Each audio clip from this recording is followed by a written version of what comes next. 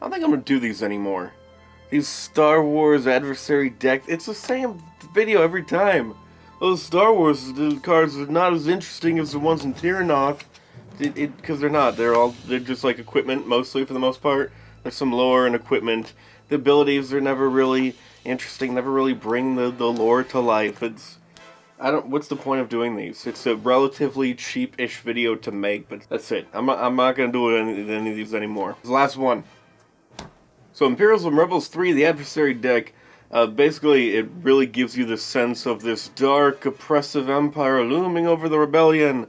Mostly it's empire and various specialty segments of the empire, specialty groups and whatnot. We got also a couple rebels, but they're sort of scattered around. For the most part, they're just like a little lore description on the back.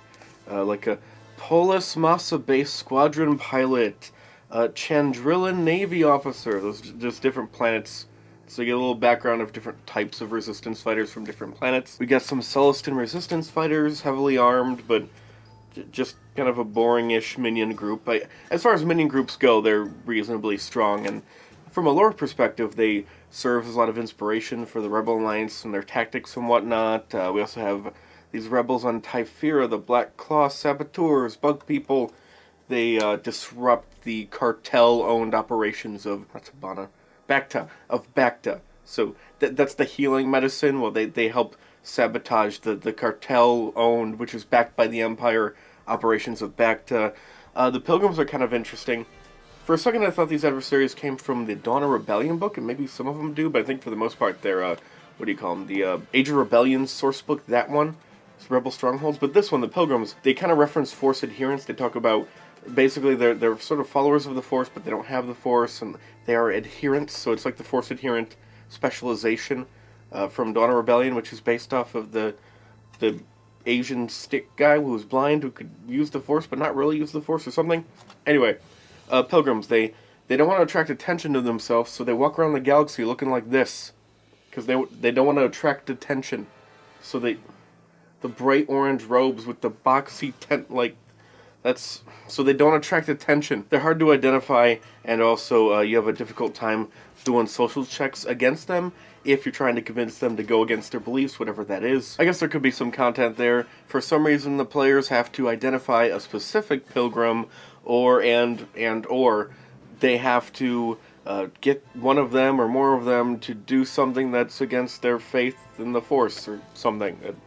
Whatever that would be. The annoying thing is that because it's mostly about lore, like it makes you interested in the lore, but then where do you go to for more lore? Most likely you go to the book where most of these show up to where you get more lore, then there's not quite as much value here. Don't get me wrong, a lot of the value does just come from the convenience of the separate cards. There's nothing wrong with having the book and also the cards that are all the adversaries in there. If that's what you want to do, that's certainly useful. It's not too redundant, but it's a little redundant. It just makes me want to buy more books, which I guess it's sort of the idea, isn't it?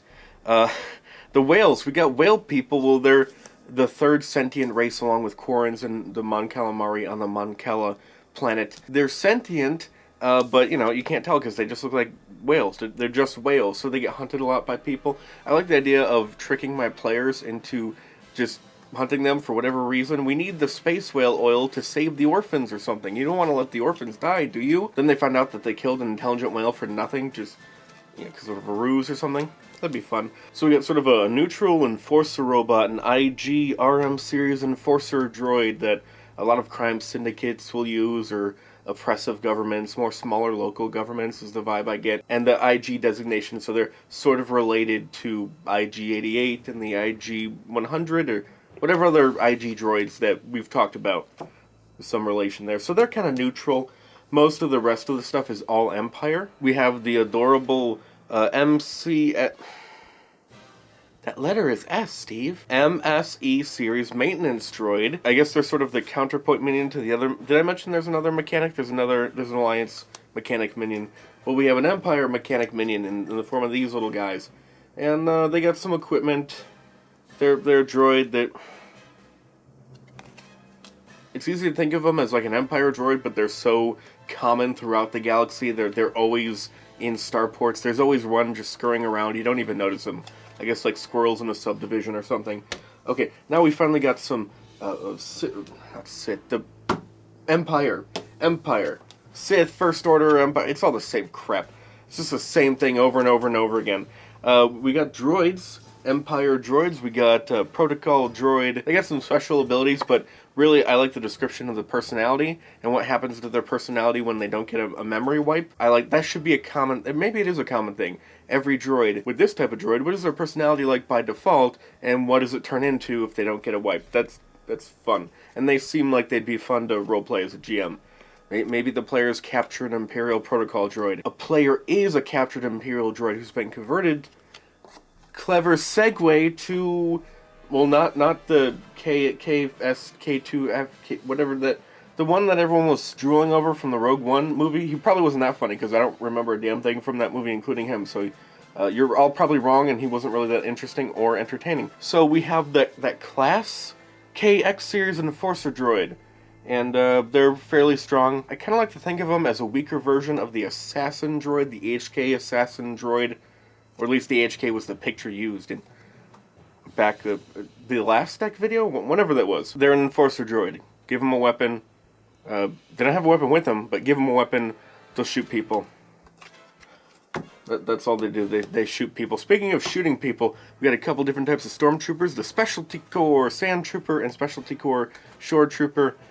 Same exact stats, the only thing different is the equipment. The weapons are a little different, and also I think the main thing that makes them stand out, well, that makes a Sandtrooper and a Shore Trooper is the armor, basically, or other special gear, whatever.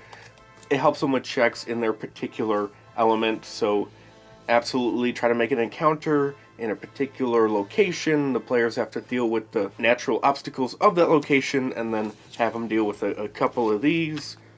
Again, I would have liked more higher level people to pair them with, which I guess we can. You can reskin some of these, or take other higher level enemies, give them the same equipment, and yeah, you could do that. We have an Imperial Vehicle Corps. You're just a pilot for like tanks and air speeders and the like. You're just a pilot. That's all. Just a pilot. Death Trooper. They're elite special forces. I guess. I don't know. It's all just equipment. That's all they have. Presumably there's like an elite special force. They look like they're an elite special forces kind of character, right? And I think from like nerd cultural osmosis, I absorbed the fact that they're elite special forces trooper, whatever. But it doesn't say. It's all equipment. They don't talk about lore or anything. Mostly what these cards are anyway is just lore and just some hollow feeling stat blocks. But there's no lore here. It's just... and I'm not going to read all of this.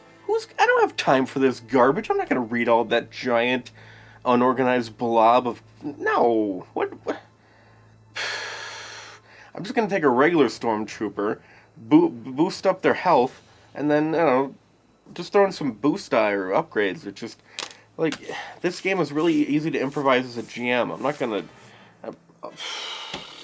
I'm going to lean into its strengths and not bog myself down with all that crap, all that...